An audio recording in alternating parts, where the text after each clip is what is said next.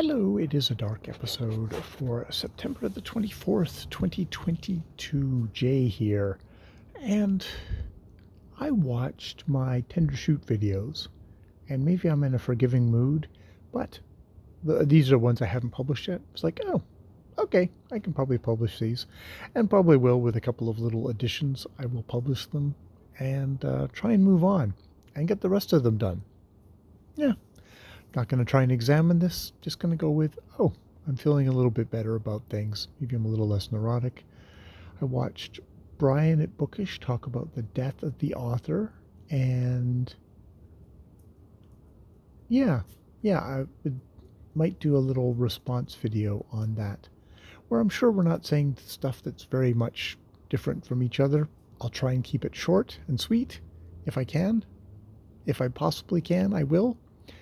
Um, and what else today? I just started watching The 7 Year Itch, which makes me feel a little bit queasy. It's definitely um, peak white dudes get to ogle women and and and be horny bastards with no particular shame.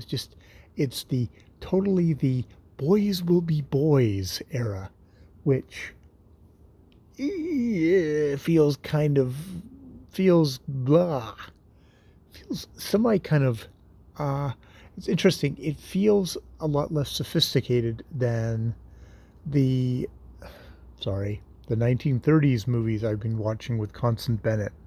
Um, and I've been watching Constant Bennett movies, so there probably are women's pictures in a way, and so have a lot smarter of an idea about women. And all I've seen so far is the first introduction of Marilyn Monroe, and this is just the very first introduction, and she seems like such a blow up doll at this point. And this is no diss on Marilyn Monroe.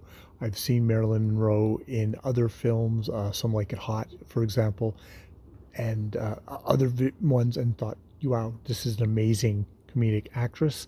But just that opening scene of her with the dude, and it's just like, oh, you are such a pinup. You are such a not pinup doll, blow up doll, like a sex doll.